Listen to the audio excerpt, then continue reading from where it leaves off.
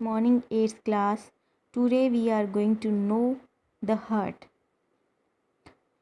Heart हमारा एक बहुत ही इम्पॉर्टेंट बॉडी पार्ट है जो कि हमारे सर्कुलर सिस्टम को कंडक्ट करता है। हार्ट हमारी बॉडी के अंदर ब्लड को पंप करता है। हार्ट से पंप हुआ ब्लड हमारे बॉडी के अलग अलग पार्ट्स, मसल्स, टिश्यूज़ और हमारे सेल सिस्टम तक पहुंचकर वापस से हार्ट में आता है। यहाँ पर फिर से उसको पंप किया जाता है और उसको फिर से शुद्ध करके, प्योर करके, ऑक्सीजन उसके साथ अटैच करके वापस हार्ट में लाया जाता है। तो हार्ट हमारे सर्कुलेटरी सिस्टम का एक पंप है जो कि हमारे वेरियस बॉडी पार्ट्स में ब्लड को पंप करता है। हार्ट की स्ट्रक्चर अगर देखें तो इसमें 4 चैम्बर्स होते हैं, 2 arteries and 2 venules. Left part में 2 चैम्बर होते हैं, लेफ्ट आर्ट्रियल और राइट आर्ट्रियल। वैसे ही राइट पार्ट में पाया जाता है और राइट वेन्यूल और लेफ़्ट साइड में लेफ़्ट वेन्यूल पाया जाता है। तो हार्ट के अपर साइड में 2 आर्टरियल्स होते हैं और इसके लोअर यानी कि डाउन साइड्स में 2 वेन्यूल्स होते हैं। हार्ट मेनली कुछ इन फंक्शंस पे काम करता है कि हार्ट ऑक्सीजनेटेड ब्लड को लंग्स से लेकर के और डीऑक्सीजनेटेड ब्लड को लंग्स तक पहुंचाता है वापस। ऑक्सीजनेटेड ब्लड अलग अलग बॉडी पार्ट्स में पंप कर दिया जाता है और डीऑक्सीजनेटेड ब्लड जो कि बॉडी पार्ट्स से कलेक्ट किया जाता है उसको वापस भेज दिया जाता है लंग्स में, जहाँ पर CO2 उसके साथ डिस्कनेक्ट हो जाती है और ऑक्सीजन उसके साथ जुड़ करके वापस हार्ट में पहुंच जाती है। हमारे बॉडी पार्ट्स को जिस ब्लड की ज़रूरत होती है वो ऑक्सीजनेटेड होना चाहिए और जो हमारे लिए हार्मफुल है वो हमारा डीऑक्सीजनेटेड ब्लड है जो कि इम्प्योर ब्लड कहलाता है। उसे वापस से हार्ट में भेज दिया जाता है जो कि फिर ऑक्सीजनेटेड होने के लिए लंग्स में पहुंच जाता है। तो इस सारी एक ट्रांसफॉर्मेशन में, एक सारी ट्रांसपोर्टेशन में हमारा हार्ट एक बहुत ही अच्छा पंप और ट्रांसपोर्टेशन सेंटर की तरह काम करता है।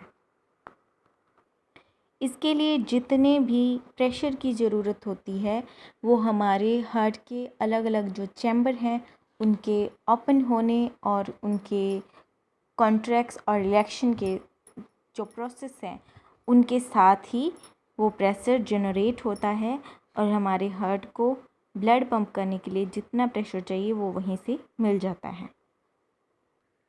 अब हम देखते हैं हमारे ब्लड के अंदर जो सर्कुलेशन होता है उसका कोर्स कैसे होता है, सर्कुलेशन स्टार्ट कैसे होता है। ये रैंडमिकली हमारे हार्ट के अलग अलग पार्ट्स में स्टार्ट होकर और धीरे धीरे धीरे धीरे आगे बढ़ता है। जैसे सबसे पहले हार्ट के 4 चैम्बर जो हैं वो रिलैक्स रहते हैं या फिर आर्टरियल जो है वो कंट्रैक्ट हो जाए या फिर हमारे वेंट्रिकल्स जो हैं वो कॉन्ट्रैक्ट हो जाएं। हार्ट के दोनों आर्टरिकल्स और वेंट्रिकल्स जो हैं उनके अंदर रेगुलरली रिलैक्सेशन और कॉन्ट्रैक्शन की मेथड चलती रहती है और हार्ट के अंदर एक सर्कुलेशन का रेगुलेशन होता रहता है। इस पूरी प्रोसेस को अगर काउंट किया जाए तो ये 1 मिनट के अंदर 72 टाइम्स होती है और इसको हम हमारी हार्ट बीट कहते हैं और हम अपनी हार्ट बीट को एक टूल होता है, एक इंस्ट्रूमेंट होता है जिसको हम स्टेथोस्कोप कहते हैं, उससे सुन सकते हैं आसानी से। स्टेथोस्कोप जो है उसको 1861 में हार्ट बीट को मेज़र करने के लिए फ्रेंच डॉक्टर आर लीनी ने इन्वेंशन किया था। और ये एक बहुत ही अच्छा इंस्ट्रूमेंट है और मेडिकल साइंस में इसका बहुत यूज़ होता है। आपने डॉक्टर्स के पास इसे देखा होगा जो वो कानों में लगाकर और हमारी हार्ट बीट को सुनते हैं, या फिर हमारे चेस्ट पर जो भी इन्फेक्शन वगैरह है उनकी जांच करने के लिए इसे यूज़ किया जाता है।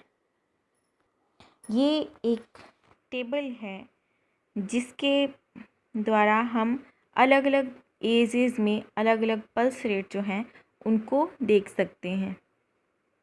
ये इनकी नॉर्मल और एज और पल्स रेट दिखा रहा है। ह्यूमन का blood circulatory system William Harvey ने इन्वेंट किया था। सब इनका लाइफ टाइम 1578 से लेकर 1657 तक था। इन्होंने ह्यूमंस के अंदर ब्लड सर्कुलेशन को डिस्कवर किया और इनकी एक फेमस बुक थी जिसका नाम है anatomical essay on the motion of heart and blood in animals. और इन्होंने इसी बुक के अंदर इसे डिस्क्राइब किया था कि हार्ट कैसे ऑक्सीजन को पंप करने वाला एक ऑर्गन है। तो इन्होंने एक बहुत ही अच्छा रिसर्च किया था।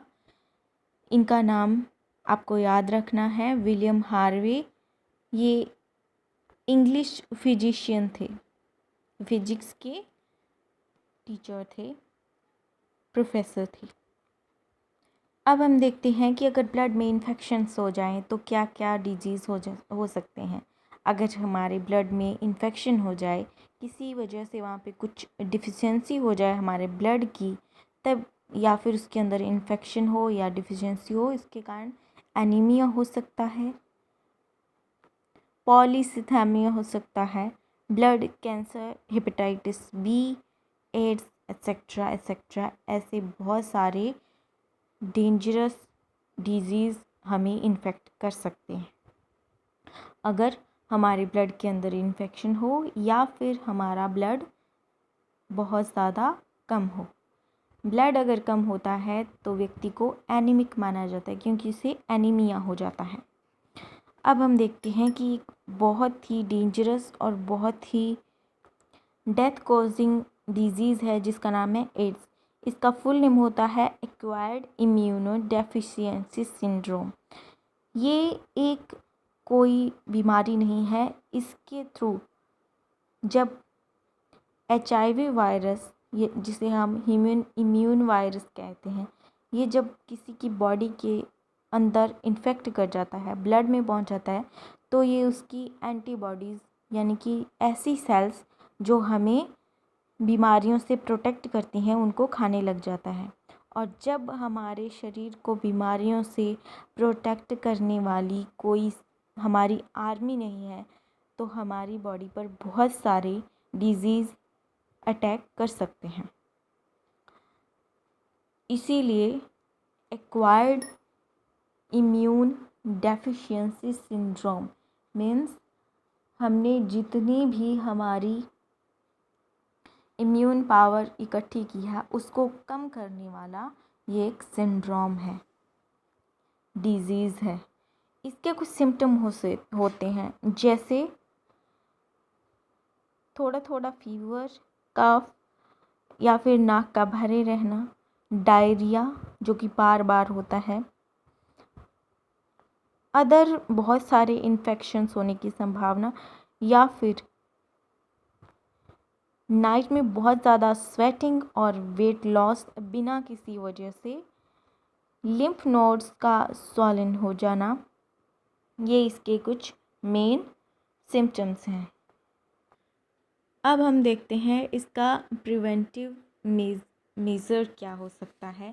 अब तक इसका कोई भी वैक्सीन नहीं बन सका है, तो HIV से बचकर रहना बहुत ज़्यादा ज़रूरी है। इसके प्रिवेंशन के लिए हमें कुछ प्रिकॉशंस देखने होते हैं, जिनमें है डिस्पोजेबल नीडल्स या फिर सिरिंजेस का use, protected sex, blood taste permanently करवाना चाहिए प्रेग्नेंट वुमेंस के अंदर, ब्लड डोनर्स के अंदर, और जो ऑर्गन्स डोनेट करते हैं उन लोगों में। बार्बर की शॉप पर अगर आप जाते हो तो वहाँ पर जो वो रेज़र यूज़ करता है या ब्लेड्स यूज़ करते हैं, उनको बोलो कि वो न्यू यूज़ करें, या फिर उनको 20 मिनट्स के लिए बॉइलिंग वाटर में रखा जाए। और सबको एड्स के बारे में एजुकेटेड करके इसके बारे में हम अवेयरनेस फैला सकते हैं। अपने आसपास जितने लोग हैं उनको इससे बचने के तरीके समझा सकते हैं, क्योंकि एड्स का वायरस किसी की भी बॉडी में जा सकता है एक से दूसरी में, लेकिन बाहरी रीजन से नहीं। ये ओनली ब्लड के कांटेक्ट में, अगर किसी एड्स से इफ़ेक्टेड व्यक्ति का ब्लड दूसरे एड्स से इफ़ेक्टिव पर्सन या फिर नॉर्मल पर्सन के ब्लड के कांटेक्ट में आता है, तब ये उस नॉर्मल व्यक्ति में ट्रांसफ़र हो सकता है। इसीलिए ब्लड और इंटरनल जितनी प्रोसेस हैं उनके अंदर बहुत ज़्यादा सावधानी रखनी चाहिए। ये एक पेंडेमिक डिजीज़ है। इसे कंट्रोल करने के लिए 1992 के अंदर नाको एक नेशनल ऑर्गेनाइजेशन चलाया गया था जो एड्स को कंट्रोल कर सके। 1 दिसंबर को वर्ल्ड एड्स डे के तौर पर सेलिब्रेट किया जाता है। एड्स को डायग्नोज करने के लिए जो टेस्ट होता है उसे एलाइजा टेस्ट कहते हैं। इसे एंजाइम लिंक्ड इम्यूनोसॉर्बेंट ऐसे कहा जाता है। इंडिया के अंदर नेशनल एड्स कंट्रोल प्रोग्राम इन 1987 के अंदर चलाया गया था, जो कि लोगों में अवेयरनेस फैलाने के लिए चलाया गया था। सो आई होप यहाँ तक का लेसन आपको समझ में आया होगा।